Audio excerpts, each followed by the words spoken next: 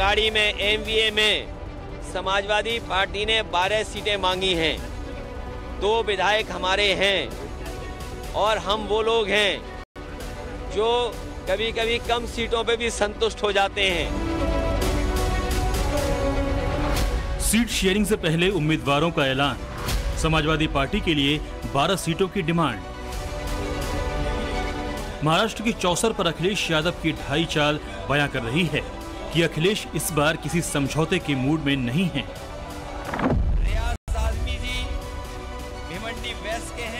महाराष्ट्र के महाभारत में जिस अंदाज में अखिलेश यादव ने चुनावी रण का शंखनाद किया है, उसने महाविकास अघाड़ी यानी एमबीए की टेंशन तो बढ़ाई ही, हैदराबादी भाईजान असदुद्दीन ओवैसी को भी एक खास संदेश दिया है। संदेश ये कि यूपी का हिसाब महाराष्ट्र में होगा, क्योंकि जिस महाराष्ट्र को ओवैसी की सियासी प्रयोगशाला के तौर पर देखा जाता है, अखिलेश ने ठीक वहीं से महाराष्ट्र का अपना चुनावी अभियान शुरू किया है। 18 अक्टूबर को अखिलेश यादव ने भारी बारिश के बीच मालेगांव में बड़ी रैली की, जहां बारिश के बीच उन्हें सुनने बड़ी तादाद में लोग पहुंचे। वहीं 19 अक्टूबर को अखिलेश धूले के एक सियासी कार्यक्रम में शामिल हुए। अखिलेश यादव ने जिन मुस्लिम बहुल मालेगांव और धूले में अपना चुनावी मिशन शुरू किया, इन दोनों की जगह ओवैसी की पार्टी एआईएम की गहरी पैठ है। 2019 के विधानसभा चुनाव में मालेगांव सेंट्रल और धूले सिटी विधानसभा सीट जीतकर ओवैसी की पार्टी ने सबको चौंका दिया था।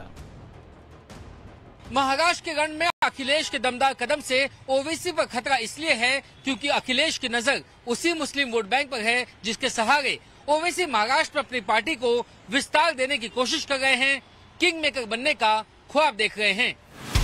ओवैसी लगातार एमबीए में शामिल होने की कोशिश कर रहे हैं। ओवैसी और उनकी पार्टी के इम्तियाज जलील जैसे बड़े नेता लगातार एमबीए के नेताओं के संपर्क में हैं, लेकिन एमबीए में खुद सीट शेयरिंग के मुद्दे पर घमासान मचा है, लिहाजा ओवैसी को फिलहाल वहां नजरअंदाज ही किया जा रहा है।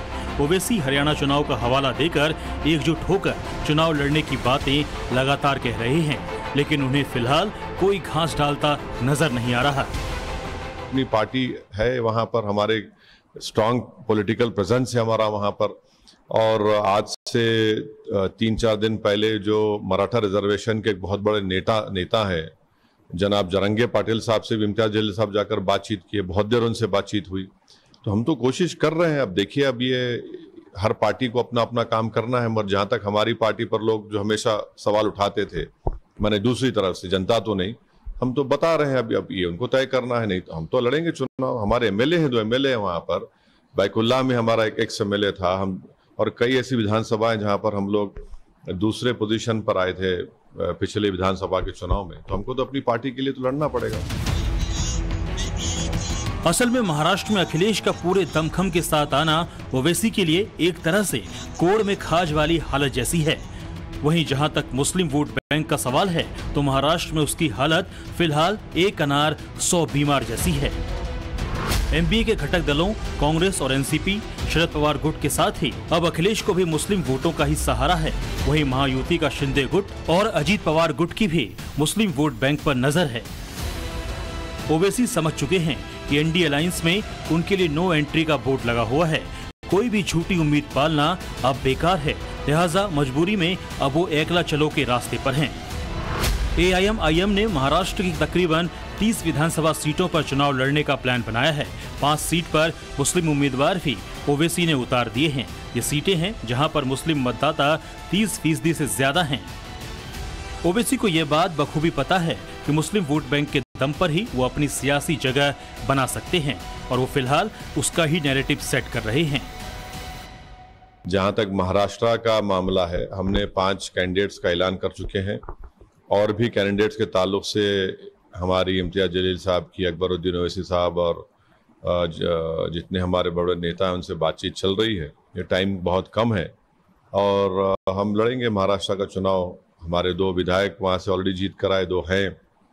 हमारी कोशिश होगी कि हम और हमारे विधायक की संख्या को बढ़ाएं, और साथ ही साथ हम ये भी उम्मीद करते हैं कि महाराष्ट्र की जनता दोबारा फडणवीस शिंदे की सरकार को अपना एतमाद नहीं देगी। मगर हमारी पूरी कोशिश यही है KMIM पार्टी के MLAs की तादाद में इजाफा हो, इम्तियाज़ जलील की लीडरशिप में हमारे ज़्यादा तादाद में MLAs जीत कर महाराष्ट्र की विधानसभा में गरीब और मजलूमों की आवाज़ को बुलंद कर सकें।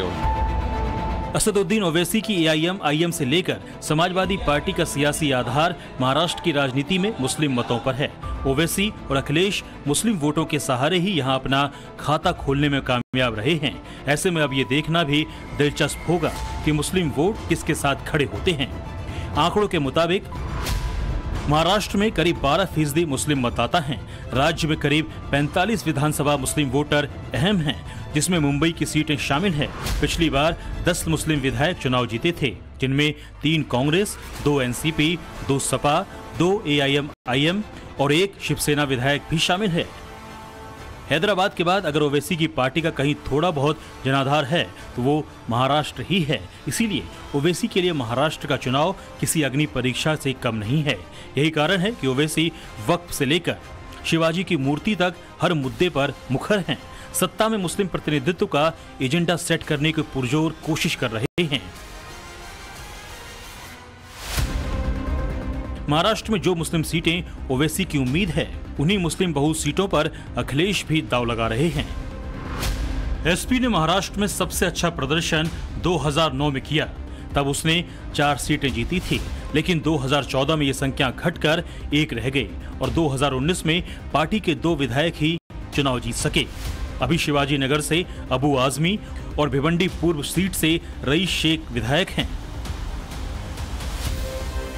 अखिलेश ने इस बार MBA के सामने कम से कम 12 सीटों की डिमांड कर दी है। साथ ही कांग्रेस को नसीहत भी दी है, जिसके बाद एक बार फिर ये साफ हो गया कि इंडिया अलायंस में सीटों के मुद्दे पर अभी खींचतान बाकी है। आघाड़ी में MVA में समाजवादी पार्टी ने 12 सीटें मांगी हैं। 2 विधायक हमारे हैं और हम वो लोग हैं जो कभी कभी कम सीटों पे भी संतुष्ट हो जाते हैं। कम से कम सम्मान की तरह जिस तरीके से समाजवादी लोग यहाँ तैयारी कर रहे हैं, इरशाद हैं। कल हम लोग मालेगांव थे, क्या ऐतिहासिक कार्यक्रम था। बारिश के बाद भी लोग हटे नहीं, गए नहीं।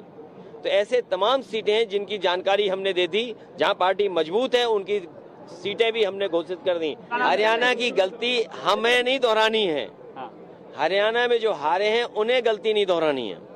और क्योंकि भारतीय जनता पार्टी बहुत ही होशियार पार्टी है, हरियाणा हारी हुई जगह पर उन्होंने सरकार बना ली। खबरों के मुताबिक महाविकास आघाड़ी यानी MVA में अब तक 278 सीटों पर सहमति बन गई है, लेकिन 10 सीटों को लेकर अब भी खींचतान चल रही है। उद्धव गुट इसमें 9 सीटों पर दावा कर रहा है। शरद पवार गुट 2 सीटों पर, जबकि कांग्रेस 6 सीटों पर अपना दावा कर रही है। संजय राउत कह रहे हैं कि जल्द ही पूरा फॉर्मूला सामने आ जाएगा।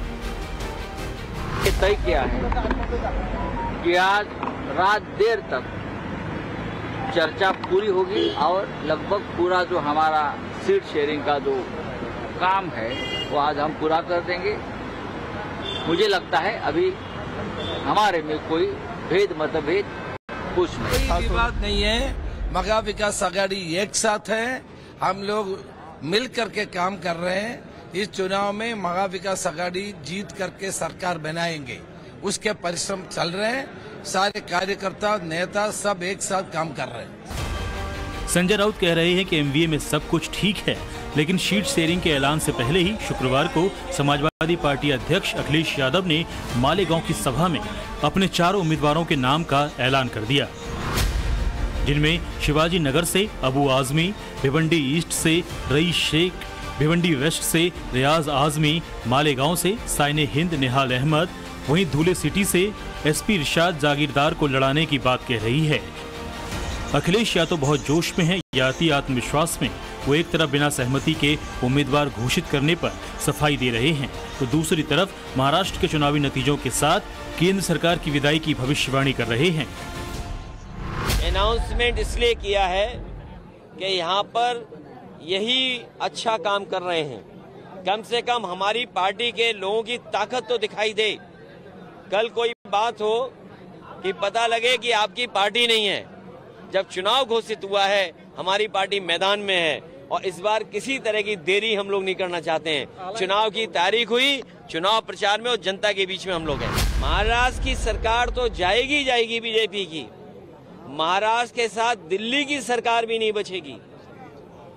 दिल्ली की सरकार भी जाने का काम होगा, क्योंकि दिल्ली की भी सरकार पूरे सहयोग और समर्थन वाली सरकार नहीं है।